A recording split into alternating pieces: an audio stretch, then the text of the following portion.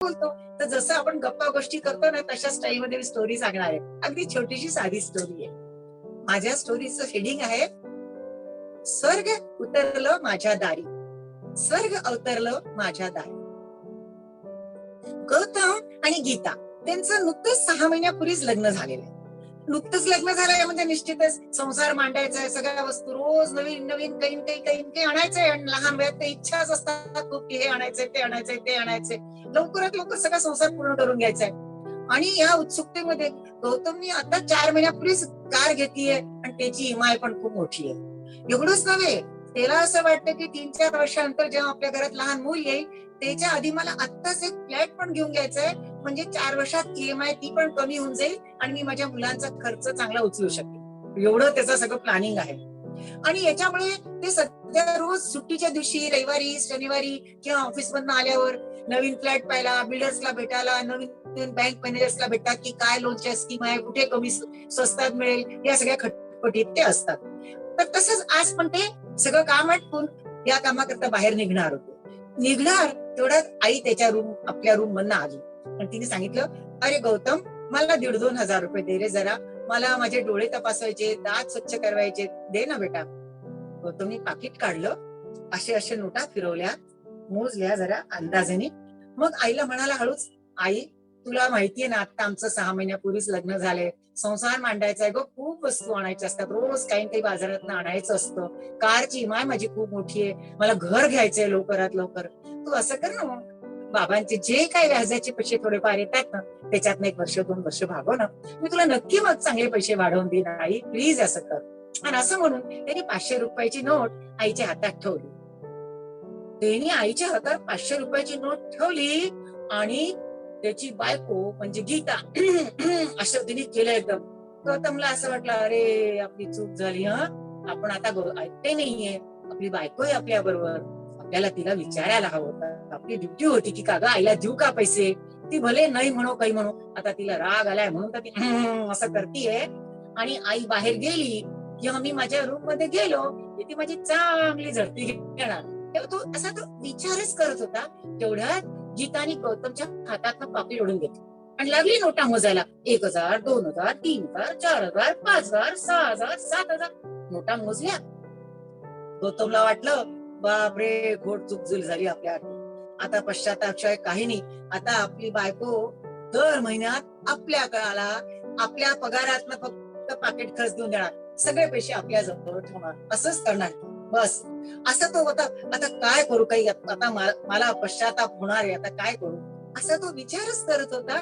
तेवढ्यात गीतानी आईच्या हातावर ते पैसे ठेवले आणि सांगितलं, आई हे घ्या, हे 7,000 रुपये, आणि तुम्हाला काय आणायचं असेल, काय खायचं प्यायचं असेल, कुठे जायचं असेल, हे पैसे वापरायचा. आणि हे पहा, मी आता लग्न होऊन या तुमच्या घरात आलीये, मी सून आहे, पण तशी मी तुमची मुलगी आहे, मी खूप शिकलेली आहे, मी खूप कमवते, तुम्ही माझ्याकडनं पैसे मागा, याच्याकडनं नका मागू, जितके हवे असेल तितके द्या, मी तुम्हाला देईन. आणि मी बँकेत तुमचं खातं आहे तिथे तुमचं डेबिट कार्ड पण करून देईन, म्हणजे तुम्हाला जाता येता पैसे काढले की याच्याकडनं पैसे नका मागू, मी देईन तुम्हाला. आणि असं म्हणून ती आता गौतमकडे वळली आणि गौतमला म्हणाली, असे कमरेवर हात ठेवले आणि म्हणाली, अरे गौतम, तू मला सांगितलं होतं की बाबांवरती कोणी खोटा आळ आणला, खोट्या केस मध्ये फसवलं, त्यांची नोकरी सुटली तेव्हा त्यांना पेन्शन, फंड, पगार, ग्रॅच्युटी काही मिळालं नाही. या काळात त्यांनी छोटी मोठी वाटेल तशी नोकरी केली.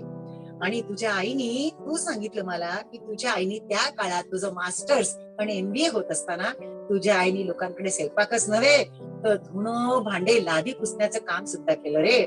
आणि तू अशा आईला पैसे द्यायला विचार करतो? अरे काय तुझ्या शिक्षणाचा अर्थ आहे, काय तुझ्या नोकरीला अर्थ आहे, एवढं कमवतो तू, अरे आता या वयात तू त्यांना पैसे देणार नाही, त्यांना सुख देणार नाही, तर मग तुझ्या नोकरीला, या शिक्षणाला काय अर्थ आहे रे. मला खूप राग आलाय, मी तुला खरं सांगते, याच्या पुढे तू कधी आईला पैसे द्यायला कटकट केली ना, तर लक्षात ठेव, मी सांगते तुला, माझ्याची गाठ आहे, मी आधीच सांगते तुला, मला चिडवू नकोस, आईला वेळेवर पैसे द्यायचे. तो एकदम सपाक झाला की अरे मी काय विचार करत होतो गीतेबद्दल, की ती माझ्यावर चिडेल, पण हे तर हिने तर काही वेगळंच दाखवलं करून. तो अगदी म्हणजे खूप आतून खुश झाला. त्यांनी हळूच आणि आईनी तिचा हात आपल्या हातात घेतला. मायानी हात फिरवला. आईने तिला पोटाशी घेतलं. मायानी पाठीवर हात फिरवला आणि सांगितलं, पोरी बस बस बस ग, बस, खूप झालं ग, कमाल केलीस तू. तुझ्यासारख्या सुना जर सगळ्या घरी येतील ना, तर स्वर्ग शोधायला कुठे जावंच नाही लागणार ग. स्वर्गच जमिनीवर येईल. स्वर्ग जमिनीवर अवतरेल. जसं माझ्या घरी अवतरलं ग तुझ्या रूपे. तुझ्या सोन्याच्या पावलाने माझ्या दारी स्वर्ग उतरलं ग. तुझ्या सोन्याच्या पावलाने माझ्या दारी स्वर्ग उतरलं. पोरी तुम्हाला सुख दिलं ग. धन्यवाद. खूप सुंदर. माझा आवाज आहे आता व्यवस्थित? समजी क्या? खूप छान, अति सुंदर. आवड समजली का गोष्ट मराठीत? नक्कीच. तुम्ही समजली? थोड़ा सा हिंदी में समझा देंगे ब्रीफ में? मुझे थोड़ा समझ में आया पर थोड़ा सा रह गया. ठीक है, ऐसा है कि पति पत्नी की 6 महीने पहले ही शादी हुई है.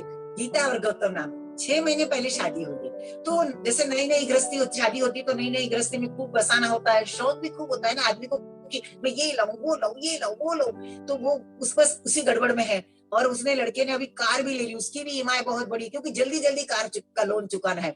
इतना ही नहीं, वो चाहता है कि वो अभी तुरंत फ्लैट भी ले ले, क्योंकि अगर 4 साल बाद उनको बच्चा होता है तो तब तक कार का लोन भी कम हो जाए और वो बच्चे का लालन पालन अच्छा कर सके. इसलिए अभी क्या है, इस गड़बड़ी में रोज बिल्डर के पास, बैंक के पास मकान देखने के लिए ऐसे घूमते रहते हैं. तो आज भी वो जा ही रहे थे तो माँ एकदम से अपने कमरे में से निकली और उसने कहा, अरे बेटा मुझे तू 1,500-2 हजार दे दे, मुझे आंखें दिखानी है और मेरे दांत साफ करवाने हैं. तो बेटे ने धीरे से अपना पॉकेट खोला और नोटे गिनने लगा. और फिर वो बोला माँ को, माँ तुझे मालूम है हमारी नई शादी हुई है, अभी हमको बहुत घर गृहस्थी का सामान बसाना होता है, कार की ईएमआई बहुत बड़ी है, फ्लैट लेना है, तो तू ऐसा कर, तुमको जो थोड़ा बहुत ब्याज मिलता है उसमें से थोड़ा एडजस्ट हो जाना, मैं फिर आगे पीछे तुझे पैसे दूंगा. हाँ माँ. और उसने धीरे से माँ के हाथ में 500 रुपए की नोट रख माँ ने ले ली चुपचाप.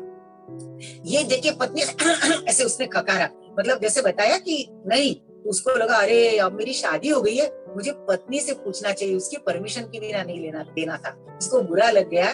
माँ के जाते से ही या मैं कमरे में जाऊंगा तो मेरी झड़ती लेने वाली है, ऐसा सोच ही रहा था वो. इतने में उसकी पत्नी ने, गीता ने उसके हाथ से पैकेट छीन लिया और 1 से 7,000 ऐसे नोट गिनी, 1,000, 2,000, 7,000 नोटे गिने और उसने माँ के हाथ में रख दिया. और वो बोली, माँ मैं तुम्हारी बहू हूँ लेकिन मैं बेटी हूँ, मैं पढ़ी लिखी हूँ, कमाती हूँ, मैं तुमको पैसे दूंगी, मुझसे मांगो, इससे मत मांगो, ये नाम करता है तो आप मेरे से पैसे मांगो, मैं दूंगी, मेरी भी ड्यूटी है पैसे देने की. और आपको मैं बैंक में खाता भी खोल दूंगी, डेबिट खाता है तो डेबिट कार्ड भी बना दूंगी, यानी आपको जब चाहिए आप सुविधा से निकाल लोगे. फिर वो पति की तरफ मुड़ी, कमर पे हाथ रखा और गुस्से में बोली, क्यों गौतम, तूने मुझे कहा था कि तुम्हारे पापा को किसी ने झूठी केस में फंसाया था, झूठा आरोप लगाया था, तो उनकी नौकरी छूट गई, तो फंड, पेंशन, ग्रेजुटी, पगार कुछ नहीं मिला. तो ऐसी हालत में उसने बहुत कठिन परिस्थिति में बिल्कुल छोटे काम किए, ऑर्डिनरी नौकरी की. और माँ ने तो मैंने दूसरों के घर रसोई नहीं, झाड़ू पोछा बर्तन ये काम भी किए जब तुम्हारी मास्टर्स और एमबीए की जो 7-8 साल की पढ़ाई चल रही थी. तो जिस माँ ने तुम्हारे लिए इतना किया है, माँ बाप ने, उनको तुम पैसे देने के लिए इतना सोच रहे हो. कहाँ हमारा मतलब घर संसार आगे करना जा रहा है, इतना पूरी जिंदगी पड़ी है, हम बाद में फ्लैट ले लेंगे, क्या फर्क पड़ता है. माँ को पैसे दो, माँ को पैसे देने की मत कर सो. अभी इस उम्र में उनको पैसा नहीं दोगे, उनकी सुख सुविधा का नहीं विचार करोगे तो कब करोगे, क्या फायदा तुम्हारा इतना कमाने का. और मैं पहले बोल देती हूँ, अगर तुम पैसे देने में किट करोगे तो मेरे से पाला पड़ा है, ध्यान रखो, मैं ठिकाने ला दूंगी तुमको. ये पहले तो मैंने पति ऐसा सोच रहा था कि पैसे गिन रही है तो मुझे महीने के महीना इसके आगे हाथ पसरना पड़ेगा. और उसने जब पत्नी के मुंह से ये सुना ना, तो उसको लगा अरे मेरी पत्नी क्या है, मैं क्या सोच रहा था, ये तो हीरा है. तो माँ ने उसको अपने गले लगाया, प्यार से थपथपाया और उसने बोला, बस बेटा, अगर तेरी जैसी बहुएं घरों में आ जाए ना तो स्वर्ग ढूंढने की जरूरत ही नहीं पड़ेगी, ये जमीन में घरों पर ही स्वर्ग उतर आएगा. जैसे मेरे घर में तू आई और मेरे घर पर स्वर्ग उतर आया है. तेरे सोने के कदम से, मतलब तेरे कदम है वो सोने के कदम आए हैं. लक्ष्मी, साक्षात लक्ष्मी आई है तेरे घर में और मेरे घर में स्वर्ग उतर.